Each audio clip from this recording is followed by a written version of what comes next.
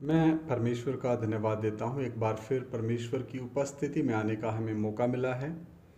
हम जो विषय सीखते आ रहे हैं वो है प्रभु की सेवा में पैसे की क्या भूमिका है, यानी कि पुराने नियम में पैसे के बारे में और दान के बारे में, दशवांश के बारे में, अलग अलग रीति से सोना, रुपया, चांदी किस किस तरीके से, कैसे पुराने नियम में इसके बारे में आज्ञा दी और इसका दान के रूप में, भेंट के रूप में लेन देन कैसे हुआ। तो आइए हम लेवीय व्यवस्था की किताब में फिर आगे बढ़ेंगे। सर झुकाएं, आंखें बंद करें, प्रार्थना करें। महान जीवते प्रभु, मैं आपका धन्यवाद देता हूँ। थोड़ी देर तेरा जीवता वचन सीखने जा रहे हैं। पवित्र आत्मा, आप हमारी ज्ञान बुद्धि समझ आप खोल दें। आप ही हमें सिखाएं, तेरा वचन एक एक को समझ में आने के लिए कृपा दे। प्रभु यीशु मसीह के नाम से मांगते हैं, आमीन। आइए सबसे पहले हम देखते हैं मलाकी की किताब, तीसरा अध्याय और 8 से लेकर 12 वचन तक मैं पढ़ना चाहूँगा। क्या मनुष्य परमेश्वर को धोखा दे सकता है? परमेश्वर का वचन कहता है मलाकी नबी के द्वारा, पर देखो तुम मुझको धोखा देते हो और तो भी पूछते हो हमने किस बात में तुझे लूटा है? दशवांश और उठाने की भेंटों में। यहाँ प्रभु कहता है दशवांश में और उठाने की भेंटों में। अब आपको पता चलेगा कि पिछले भाग में मैंने जो लेव्य व्यवस्था में जो बलियों के बारे में हम उन वचनों में से थोड़ा सा जाना था, उनमें एक था उठाने की भेंटों में, या आपने सीखा है उठाने की भेंट है, हिलाने की भेंट है, स्वेच्छा बलि है, धन्यवाद बलि है, मेल बलि है, होम बलि है। तो अलग अलग प्रकार की बलियों के बारे में हम मोटा मोटा उनमें से देखा था। एक कितना क्रम अनुसार और एक अनुशासित ढंग से परमेश्वर ने उनकी व्यवस्था के बारे में वर्णन किया। तो यहाँ पर लिखा है, परमेश्वर कहता है तुम मुझे लूटते हो दशवांश में और उठाने की भेंटों में, तुम पर भारी श्राप पड़ा है। क्या पड़ा है? श्राप पड़ा है, क्योंकि तुम मुझे लूटते हो, वरन सारी जाति ऐसा करती है। सारे दशवांश भंडार में ले आओ, यानी प्रभु के घर में, कि मेरे भवन में भोजन वस्तु रहे, यानी प्रभु के भवन में जो भी बाहर से लोग आएँ या प्रभु के लोग आएँ उनको उचित मात्रा में भोजन और खाना पानी मिले। और सेनाओं का यहोवा यह कहता है कि ऐसा करके मुझे परखो कि मैं आकाश के झरोखे तुम्हारे लिए खोलकर तुम्हारे ऊपर अपरंपार आशीष की वर्षा करता हूँ कि नहीं। यानी तुम ऐसा करके देखो तो सही, फिर मैं किस तरीके से आप सभी को आशीषों की बारिश करता हूँ। ये इज़राइल के लोगों के लिए परमेश्वर का वचन कहता है, मैं तुम्हारे लिए नाश करने वाले को ऐसा घुड़कूंगा कि वह तुम्हारी भूमि की उपज नष्ट ना करेगा और तुम्हारी दाखलताओं के फल कच्चे ना गिरेंगे, यानी पूरे फल पकेंगे। सेनाओं की यहोवा का यही वचन है। तब सारी जातियां तुमको धन्य कहेंगी, क्योंकि तुम्हारा देश मनोहर देश होगा। सेनाओं के यहोवा का यही वचन है। तो आइए हम वापस अभी लेवीय व्यवस्था की किताब में जाते हैं। लेवीय व्यवस्था और उसका 8 अध्याय, उसका 1 से 6 में पढ़ना चाहूँगा। लेवीय व्यवस्था 8 अध्याय 1 से 6। फिर यहोवा ने मूसा से कहा, फिर यहोवा परमेश्वर मूसा से बात करता है, तू हारून और उसके पुत्रों के वस्त्रों और अभिषेक के तेल और पाप बलि के बछड़े और दोनों मेढ़ों और अख़मीरी रोटी की टोकरी को मिलाप वाले तंबू के द्वार पर ले आ और वहीं सारी मंडली को इकट्ठा कर, यानी कि यहूदियों को, इजरायलियों को। यहोवा की इस आज्ञा के अनुसार मूसा ने किया और मंडली मिलाप वाले तंबू के द्वार पर इकट्ठा हुई। तब मूसा ने मंडली से कहा, जो काम करने की आज्ञा यहोवा ने दी है वह यह है, यानी परमेश्वर ने अपने दास मूसा को आज्ञा दी है और उस आज्ञा को मूसा पूरी इस्राएल की मंडली को बता रहा है। फिर मूसा ने हारून और उसके पुत्रों को समीप ले जाकर जल से नहलाया। तो यहाँ पर उनका अभिषेक करने की विधि, हारून को महायाजक के तौर पर अभिषेक करना है, उनके पुत्रों को याजक के तौर पर अभिषेक करना है। तो इसकी भी एक एक विधि परमेश्वर मूसा को बता रहा है। जैसे मलाकी किताब में हमने देखा कि परमेश्वर कहता तुम मुझे लूटते हो, मतलब दशवांश में और उठाने की भेंटों में। तो मेरे प्रियो, ये विषय बहुत गहराई से हमें सीखने की आवश्यकता है और इसमें हम धीरे धीरे आगे बढ़ रहे हैं। तो यहाँ पर यहोवा की आज्ञा के अनुसार जो काम करने की आज्ञा मूसा को प्रभु ने दी थी, तो मूसा ने वही किया जैसा यहोवा परमेश्वर ने उसको आज्ञा दी थी। अभी हम लेवीय व्यवस्था 22 अध्याय 17 से 20 हम देखते हैं। लेवीय व्यवस्था 22 अध्याय 17 से 20। फिर यहोवा ने मूसा से कहा, फिर यहोवा परमेश्वर मूसा से बात करता है, हारून और उसके पुत्रों से और इज़राइलियों से समझाकर कहे। कैसे करके? समझाकर। तो अभी मैं आपके ऊपर कोई हाकिम नहीं हूँ, अभी मैं आपके ऊपर कोई हुकूमत करने वाला नहीं हूँ, मैं भी आपका भाई हूँ। और मुझे जो परमेश्वर की आत्मा ने प्रकाशन दिया है, मैं आप सब के बीच में उसको साझा कर रहा हूँ। तो यहाँ पे प्रभु कहता है, मूसा से कहा, हारून और उसके पुत्रों से और इज़राइलियों से समझा कर कहे कि इज़राइल के घराने या इज़राइलियों में रहने वाले परदेशियों में से कोई क्यों ना हो जो मन्नत, क्या मन्नत मांगने वाला या मन्नत मानना, किससे?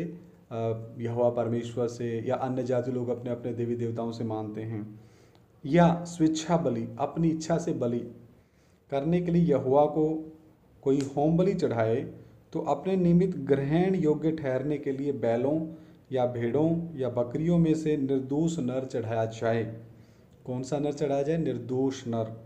बार बार ये शब्द हमें देखने को मिलता है, निर्दोष, बिना दोष का, जिसमें कोई भी दोष हो उसे ना चढ़ाना। जिसमें कोई दोष हो, यानी वो निर्दोष ना हो, उस बछड़े को नहीं चढ़ाना, क्योंकि वह तुम्हारे निमित्त ग्रहण योग्य ना ठहरेगा, उसको परमेश्वर ग्रहण नहीं करेगा। तो यहाँ पर देखिए, जो स्वेच्छा बलि है या मन्नत मांगने के बाद जो मन्नत उनकी पूरी होती, उसके बाद वो बलि चढ़ाते थे। इजरायली यहूदी स्वेच्छा बलि चढ़ाते थे, होम बलि चढ़ाते थे, तो उनमें निर्दोष नर को चढ़ाया जाता था। तो मेरे प्रियो, तो हमारा भी जो प्रभु की सेवकाई में सहयोग के तौर पे हम दान या भेंट या प्रभु के दास की मदद के लिए या प्रभु की सेवा के काम को आगे ले जाने के लिए जो भी करते हैं, उसमें भी कोई भी दोष कमी नहीं रहना, वो हमारी खून पसीने की कमाई से ही होना है। 25 लेवीय व्यवस्था 25 अध्याय का 37 से लेके 35 से लेके 37 तक मैं पढ़ूंगा। लेवीय व्यवस्था 25 अध्याय 35, 36, 37। फिर यदि तेरा कोई भाई बंधु कंगाल हो जाए, यानी कोई यहूदी भाई, इजरायली भाई क्या हो जाए? गरीब हो जाए, और उसकी दशा तेरे सामने तरस योग्य हो जाए, यानी ऐसी उसकी स्थिति होगी कि उसके ऊपर तरस आता है देखते ही, तो तू उसको संभालना। यानी यहूदियों को, इजरायलियों को ही आज्ञा थी उसको संभालना। वह परदेसी या यात्री के समान तेरे संग रहे, उसे ब्याज या बढ़ती ना लेना। ब्याज नहीं लेना अगर आपने कुछ पैसे दिए हैं, या बढ़ती ना लेना मतलब बढ़ा चढ़ा के पैसे चार्ज करना। परमेश्वर का भय मानना, जिससे तेरा भाई बंधु तेरे संग जीवन निर्वाह कर सके। उसको ब्याज पर रुपया ना देना मना किया है, और ना उसको भोजन वस्तु लाभ के लालच से देना। मतलब मैं इसको अगर भोजन दे रहा हूँ, कुछ वस्तु कपड़े दे रहा हूँ, तो ये इससे मेरा क्या फ़ायदा हो सकता है, ऐसा नहीं करना। हालेलुया। तो कितना यहाँ पे लिखा है, कंगालों को जो दान देना है या कंगालों को जो उधार देना है, तो उसके ऊपर ब्याज नहीं होना है, और उससे आपको कोई लाभ नहीं होना है। मतलब आपने उनको भोजन वस्तु कपड़े दिए, तो आपने मन में नहीं सोचना ये मेरा इतना फ़ायदा करेगा, मैं इसका ये अगर करता हूँ तो, ऐसा मन हमारा नहीं होना है। ब्याज या बढ़ती नहीं लेना है, और ब्याज पर रुपया नहीं देना है, और ना उसको भोजन वस्तु लाभ के लालच से देना है। तो कितना सख्त परमेश्वर का जो नियम व्यवस्था के तहत इजरायलियों को, यहूदियों को दिया गया। अब हम कुछ आशीषों की बात करते हैं यदि कोई इन परमेश्वर के नियमों को, आज्ञाओं को मानता था तो उनको कुछ आशीष मिलती थी। लेवी व्यवस्था 26 का 12 हम पढ़ते हैं, और मैं तुम्हारे मध्य चला फिरा करूंगा। परमेश्वर वायदा करता, अगर तुम मेरी आज्ञाओं को मानोगे तो मैं तुम्हारे मध्य चला फिरा करूंगा और तुम्हारा परमेश्वर बना रहूंगा और तुम मेरी प्रजा बने रहोगे। हालेलुया, कितनी बड़ी आशीष है। इसी का 8-9 भी हम पढ़ते हैं। 8 से लेकर 11 तक मैं पढ़ूंगा। लेवी व्यवस्था 26 का 8 से 11। तुम में से 5 मनुष्य 100 को और 100 मनुष्य 10,000 को खदेड़ेंगे। इतना शक्ति और बल परमेश्वर ने इजरायलियों को दिया। और तुम्हारे शत्रु तलवार से तुम्हारे आगे आगे मारे जाएंगे। उस समय उनको लड़ाई में मारकाट करने की उस समय अनुमति थी। उनकी लड़ाई शारीरिक लड़ाई थी, उनके लड़ाई के हथियार शारीरिक थे। और मैं तुम्हारी ओर कृपा दृष्टि रखूंगा, यानी परमेश्वर, और तुमको फलवंत करूंगा, यानी जो मेरी आज्ञाओं का पालन करोगे, इजरायली कौम या यहूदी कौम, और बढ़ाऊंगा, आपके वंश को भी बढ़ाऊंगा, और तुम्हारे संग अपनी वाचा को पूर्ण करूंगा, जो वाचा मैंने आपके साथ बांधी है। और तुम रखे हुए पुराने अनाज को खाओगे। किसको? पुराने अनाज को। और नए के रहते भी पुराने को निकालोगे, यानी जब तक नई फसल पाके नया अनाज घर में आएगा फिर भी पुराना खत्म नहीं हुआ। और मैं तुम्हारे बीच अपना निवास स्थान बनाए रखूंगा। हालेलुया, कितनी धन्य बात है जब परमेश्वर हमारा निवास स्थान बनता है। और मेरा जी तुमसे घृणा नहीं करेगा। अब देखते 3, 4, 5, 6, 7। लेवी व्यवस्था 26 का 3 से 7। यदि तुम मेरी विधियों पर चलो और मेरी आज्ञाओं को मानकर उनका पालन करो तो मैं तुम्हारे लिए समय समय पर मेंह बरसाऊंगा, यानी मैं बारिश भेजूंगा, तथा भूमि अपनी उपज उपजाएगी, भूमि पूरी फसल देगी, और मैदान के वृक्ष अपने अपने फल दिया करेंगे। फल भी आपके मिलेंगे कंप्लीट, यहाँ तक कि तुम दाख तोड़ने के समय भी दावनी करते रहोगे। हालेलुया। और बोने के समय भी भर पेट दाख तोड़ते रहोगे। हालेलुया, वो ख़त्म नहीं होगी। और तुम मनमानी रोटी खाया करोगे और अपने देश में निश्चिंत बसे रहोगे। Praise Lord. और मैं तुम्हारे देश में सुख चैन दूंगा। कौन देगा? परमेश्वर। और तुम सोओगे और तुम्हारा कोई डराने वाला ना होगा। और मैं उस देश में दुष्ट जंतुओं को ना रहने दूंगा, और तलवार तुम्हारे देश में ना चलेगी, और तुम अपने शत्रुओं को मार भगाओगे और वे तुम्हारी तलवार से मारे जाएंगे। हालेलुया। तो कितनी बड़ी आशीष परमेश्वर ने दी है यदि यहूदियों ने, इजरायलियों ने परमेश्वर की आज्ञा का पालन किया होता। और जब जब उन्होंने पालन किया उनको परमेश्वर ने बहुत ऐसे आशीष दिया। तो ये हमारे लिए एक दृष्टांत हैं और हमारे लिए एक सीख है, शिक्षा है। यानी उन्होंने जो गलतियां की हम उन गलतियों को ना दोहराएं, हम परमेश्वर की आज्ञाओं का पालन करें और हम परमेश्वर के बताए हुए रास्ते पे चलें। हम सारे मन, सारे प्राण, सारे आत्मा के साथ अपने पिता परमेश्वर के साथ क्या रखें? प्रेम रखें। अब अगर इन आज्ञा पालनों में कोई कतराता है, यानी इन आज्ञाओं का पालन नहीं करता, तो उनको दंड का प्रावधान भी परमेश्वर का वचन देता है। लेवी व्यवस्था 26 का 16 से लेके 42 तक। अगर इन आज्ञाओं का पालन नहीं किया, दान दशमांश भी एक आज्ञा थी और भी बहुत सी आज्ञाएं थी। तो मैं किसी को डराने के लिए ये वचन नहीं बता रहा, परमेश्वर का वचन है, परमेश्वर के पवित्र शास्त्र से आपके बीच में रख रहा हूँ कि आज्ञा पालन की आशीषें, पहले आशीषों के बारे में बताया गया, और अब जो दंड है, जितनों ने उनका पालन नहीं किया उनको क्या क्या दंड मिला। तो मैं यानी परमेश्वर तुमसे यह करूँगा, अर्थात मैं तुमको बेचैन करूँगा। बेचैन करेगा परमेश्वर यदि आज्ञाओं का पालन नहीं करेंगे। और क्षय रोग और जबर से पीड़ित करूँगा, बुखार से, और इनके कारण तुम्हारी आंखें धुंधली हो जाएंगी और तुम्हारा मन अति उदास होगा और तुम्हारा बीज बोना व्यर्थ होगा, मतलब फसल होगी ही नहीं, क्योंकि तुम्हारे शत्रु उसकी उपज खा लेंगे। और मैं भी तुम्हारे विरुद्ध हो जाऊंगा। कौन? परमेश्वर। और तुम अपने शत्रुओं से हार जाओगे और तुम्हारे बैरी तुम्हारे ऊपर अधिकार करेंगे। और जब कोई तुमको खदेड़ता भी ना होगा तब भी तुम भागोगे। और यदि तुम इन बातों के उपरांत भी मेरी ना सुनो तो मैं तुम्हारे पापों के कारण तुम्हें 7 गुनी ताड़ना और दूंगा। कितनी गुना? 7 गुनी। और मैं तुम्हारे बल का घमंड तोड़ डालूंगा। तुम बोलते हो ना हमारे अंदर घमंड है, मतलब बल है, शक्ति है, ताकत है। परमेश्वर कहता है मैं उसको तोड़ दूंगा। और तुम्हारे लिए आकाश को मानो लोहे का और भूमि को मानो पीतल की बना दूंगा। इतना सख्त सजा परमेश्वर का। और तुम्हारा बल अकारत गंवाया जाएगा, क्योंकि तुम्हारी भूमि अपनी उपज ना उपजाएगी। फिर खाएंगे आप लोग, खाओगे क्या? और मैदान के वृक्ष अपने फल नहीं देंगे। यदि तुम मेरे विरुद्ध चलते रहो और मेरा कहना ना मानो, तो मैं तुम्हारे पापों के अनुसार तुम्हारे ऊपर और 7 गुना संकट डालूंगा।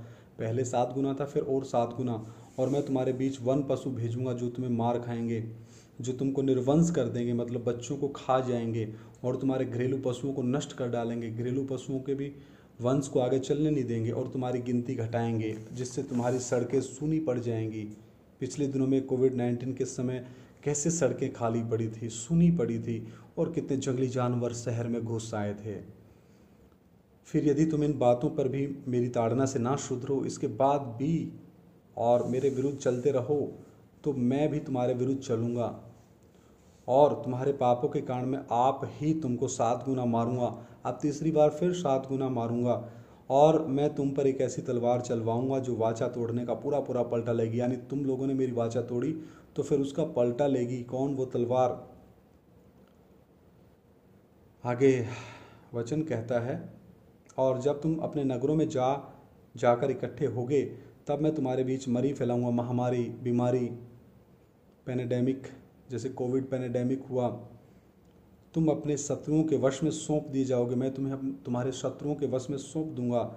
जब मैं तुम्हारे लिए अन्न के आधार को दूर कर डालूंगा, तब 10 स्त्रियां तुम्हारी रोटी एक ही तंदूर में पकाकर तोल तोल कर बांट देंगी, और तुम खाकर भी तृप्त ना होगे। फिर यदि तुम इसके उपरांत भी मेरी ना सुनो और मेरे विरुद्ध चलते ही रहोगे, तो मैं अपने न्याय में तुम्हारे विरुद्ध चलूंगा। कैसे न्याय में? और तुम्हारे पापों के कारण तुमको 7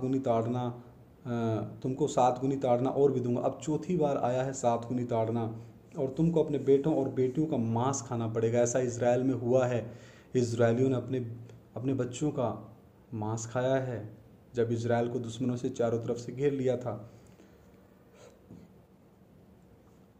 आगे वचन में लिखा है, और मैं तुम्हारे पूजा के ऊंचे स्थानों को ढा दूंगा जिन मूर्ति पूजाओं में तुम फंसे हो, और तुम्हारे सूर्य की मूर्तियों को, प्रतिमाओं को तोड़ डालूंगा, और तुम्हारी लोथों को तुम्हारी तोड़ी हुई मूर्तियों पर फेंक दूंगा। यानी जिन शरीरों से तुम उन मूर्तियों की आराधना पूजा करते थे, उन्हीं मूर्तियों के ऊपर तुम्हें मार करके तुम्हारी लाश को फेंक दूंगा।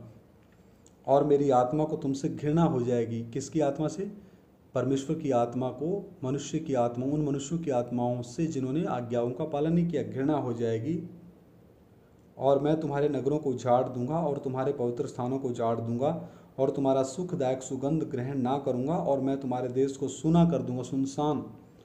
और तुम्हारा सुखदायक सुगंध ग्रहण ना करूंगा, और मैं तुम्हारे देश को सूना कर दूंगा, और तुम्हारे शत्रु जो उसमें रहते हैं वे इन बातों के कारण चकित होंगे।